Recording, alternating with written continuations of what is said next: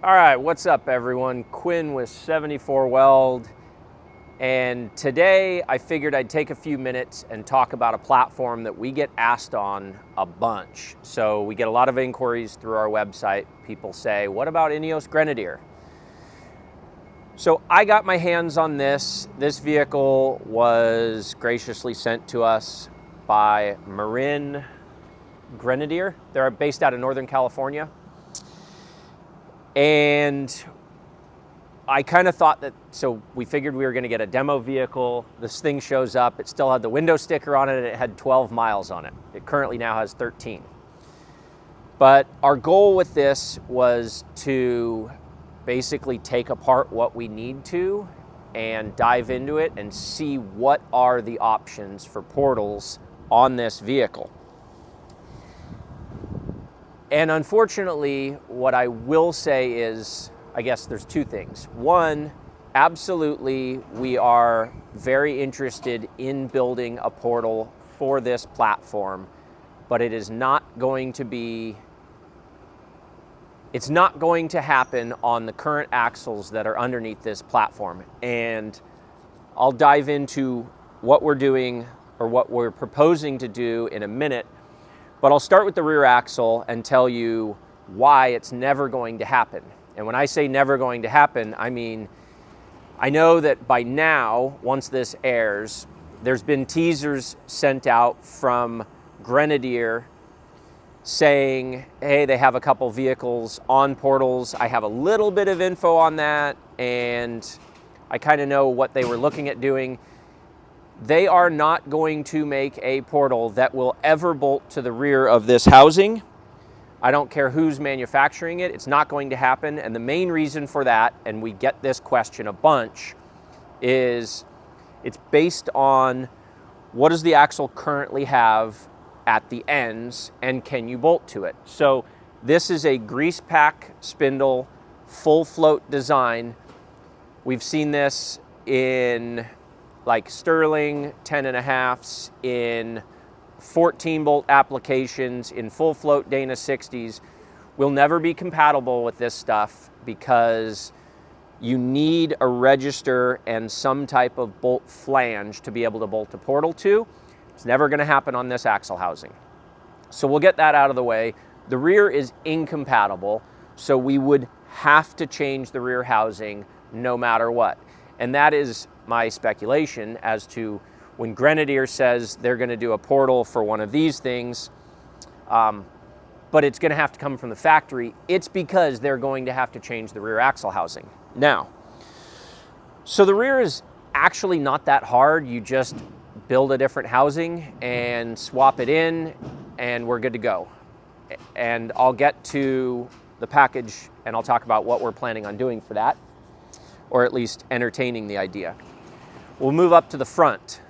The front is technically compatible with a portal, but there are a number of glaring issues that I have with this front axle, and I'll run through all of them. First off, this vehicle will have a tendency to want to wander at high speeds. And the reason for that is this front axle comes with between 0 and 2 degrees of caster from the factory. Now, we can talk about, so, okay, what is caster? The easiest way to think about caster is think of an old Harley Davidson, right? Where they rake the whole front end out.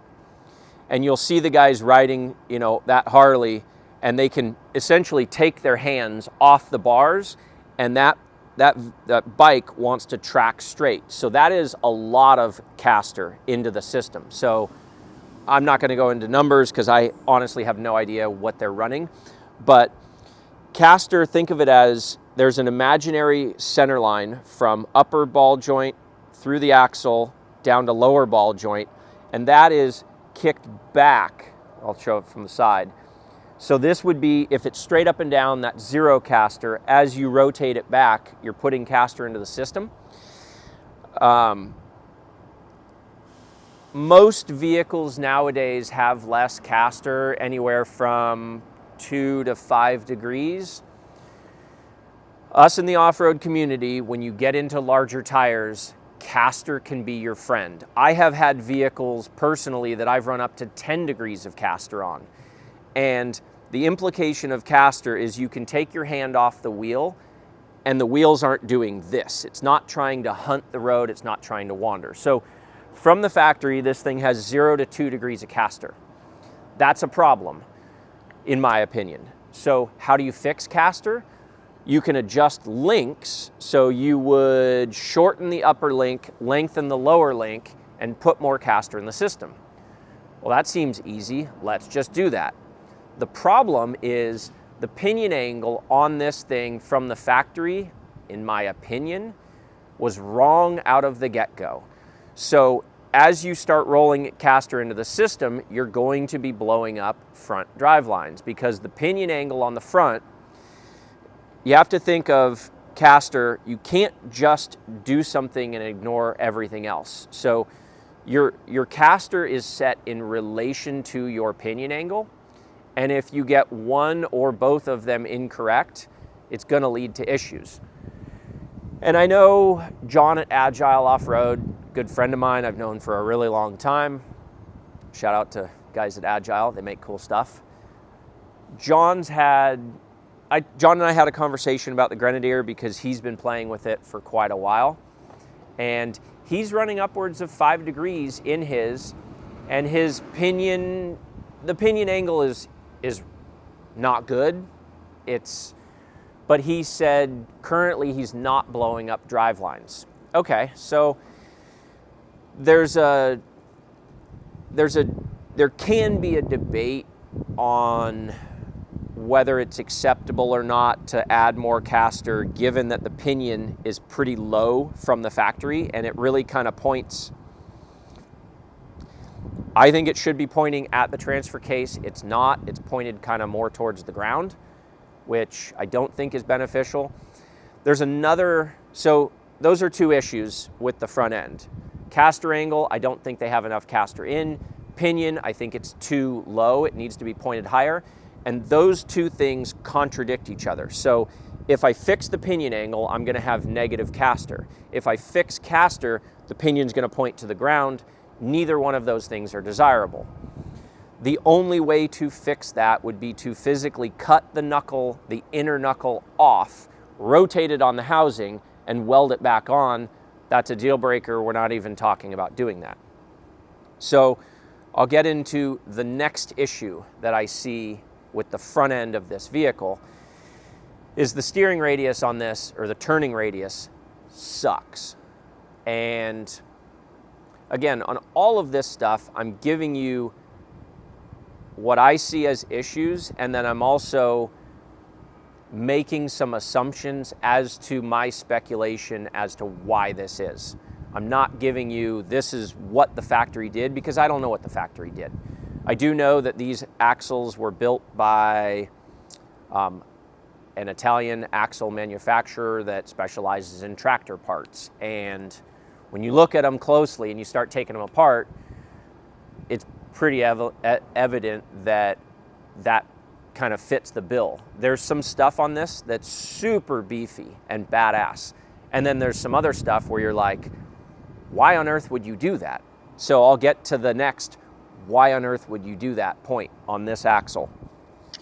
It runs a double cardan joint on the front axle shaft. And what is a double cardan joint?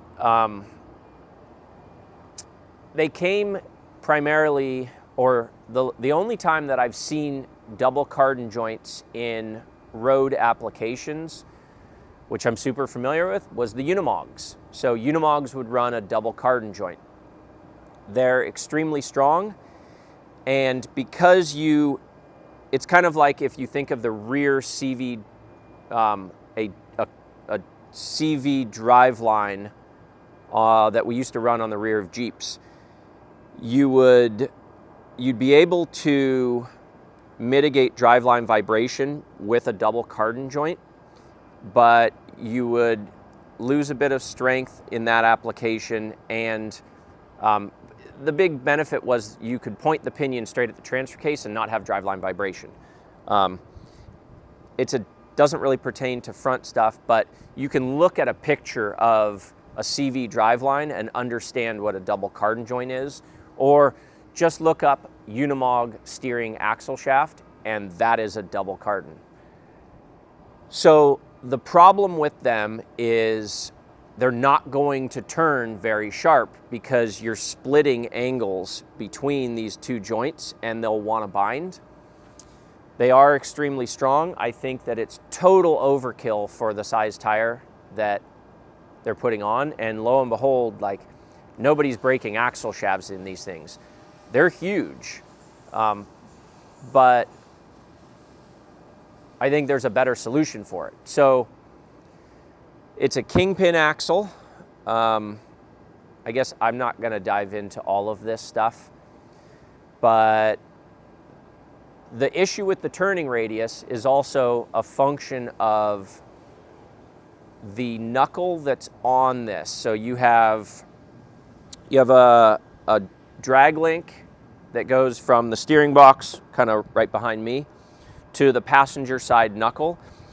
And when you're trying to determine how much steering you get, it's going to be a function of, from center line of knuckle, how far out is your steering arm. The further out it is, the more leverage you're going to have, but the less angle you're going to get. And the steering arm on this knuckle is really long. So you get great turning out of it, you just don't get a lot of it. It's a leverage thing. And so given pinion angle, according to us, pinion angle is wrong, caster is wrong, double cardan joint kind of sucks. Steering knuckle, you're not going to get much steering out of it unless you shortened your pitman arm, which is going to put a lot more force on the box. Don't think that's a great idea. Where do we go with all of this stuff? So rear axle is incompatible, front axle is compatible, but there are so many issues that I see with it that we kind of took a step back and said, the only thing that I see as a viable solution for the Grenadier is a complete axle swap. And then we get into, okay, so we're going to build housings and portals for this set. That's going to be expensive. So the short answer on this, to kind of condense everything, is we're kicking around the idea. And part of the point of shooting this video is to throw this out to the public and say, look, we get a lot of emails about the Grenadier. How serious are you? Are you actually willing to put money down on this platform and tell us, yeah, man, we actually want to see a 37 on this? We'll talk tires real briefly. If we did custom housings, we would narrow the housings as much as possible so you had the minimal amount of tire poke. Where, based on initial estimates, we would widen the overall stance by 4, maybe 5 inches. So you're looking at 2 to 2.5 inches per side. You might have a little tire poke, but not much. It's not going to look like a monster vehicle. My opinion on stuff, a 37-inch tire looks like it would fit pretty decent. You are going to be trimming front bumper a bit. You'd probably come down and trim some here. We'd trim a little on the back. It does look like there's room for a 37. And so I guess I throw it out to you guys and say, we got a price point of roughly 35 grand. And what does that include? That would be front and rear new housings. Now, based on constraints from suspension, it would most likely be a 44 rear. It might be a Ford 9-inch rear, depending on overlays, and I'm going to work with Casey Curry on this stuff. But let's just say, for the initial argument, it's a 44 rear, it's a 44 front. Now, you're probably going to run 373 or 410 gears, so I am not concerned about the ring and pinion, the size of that. I run 40s on a Dana 44, and in almost 3 years, we've never had a single customer break a Dana 44 ring and pinion, primarily because you're not running a 538 ring and pinion, you're running a 410 or a 373. It's a lot stronger. So if we're gonna do 44s front and rear, now what we would do for knuckles on this is kind of a new package that I've been in the process of developing with Casey Curry now for the better part of 4 or 5 months. It would be a 44 front center section. It would likely be a high pinion. So this is currently a low pinion. We're gonna move that pinion up. We're gonna correct pinion angle. We're gonna correct caster angle. We would also change all the steering geometry to give this more steering, okay? And it would be built around an 05 Plus Super Duty inner and outer knuckle. So we have a couple sets that we've produced of these for or with Casey Curry. It's essentially a new portal that we're going to launch here at the end of the year, but it's a 44 center section with 05 Plus Super Duty inner knuckles with a full 35 spline 1480 1-ton shafts and 35 spline portal on the outer. So it gives you massive ball joints. It gives you 35 spline 1480 shafts. It's a lot beefier than the standard 44 stuff. And while we don't see any issues with ball joints, we're just kind of tired of hearing the statement of, oh, your ball joints are gonna hate you. Okay, well, so we're doing Dana 60 05 Plus Super Duty ball joints, and this is gonna be offered as a kit with Curry housings for Jeeps, and we're thinking about repurposing that same kit underneath this. So the big question I guess I have, based on what we've told or what our opinion is and the direction that we're gonna head on this platform, how many guys are out there that actually wanna spend 35 grand to put a set of housings and portals underneath a Grenadier? And for everybody in the comments that's gonna say, that's insane, go for it. Not gonna hurt our feelings.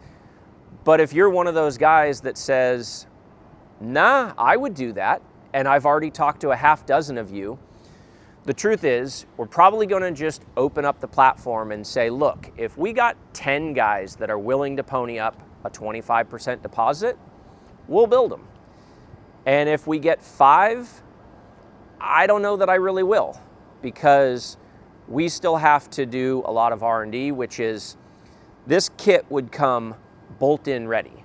So you would literally take your old housings out, bolt the new ones in, all the factory brackets would be welded in place. It's a plug-and-play kit. ABS sensors would hook right up, everything would function, and you could go. So, you know, we get a lot of inquiries on Grenadier. How serious are you guys? If this is something that you really want to see happen, put your money where your mouth is, and we'll build it. Otherwise, we'll probably hold off and go on to different projects. I do think it's a really cool platform. I do like the interior on it, it's really cool. I think that this vehicle kind of fits a slightly different demographic. It's not a Jeep. It's kind of more along the lines of guys that would consider a G-Wagon or a Range Rover, but those vehicles suck off-road, and this thing doesn't. So it seems like the aftermarket has a pretty decent appetite for the Grenadier platform. How serious are you guys about portals? Let us know, and if you are someone that goes, yeah, and let me be clear on this, 35K would be complete axle package. You're still on top of that, probably going to get shocks from Agile Off-Road. You're probably going to want additional stuff like wheels and tires. This would also most likely change you to 6 on 5.5 bolt pattern. We have lots of wheels to choose from. You could run our method wheel, but it's not a $35K and you're done. You've got installation, you've got wheels, you've got tires. Let's be real, you're probably going to add another 10 to 15 on top of that. If that's a deal breaker, I get it. And if it's not, let us know. We'd love to build this, but we need to know that there is a market for it before we throw a bunch of engineering resources behind it. So give us your comments. Let us know what you think. And any other questions on this platform, if I can't answer, I'll give it a shot. Thanks, guys.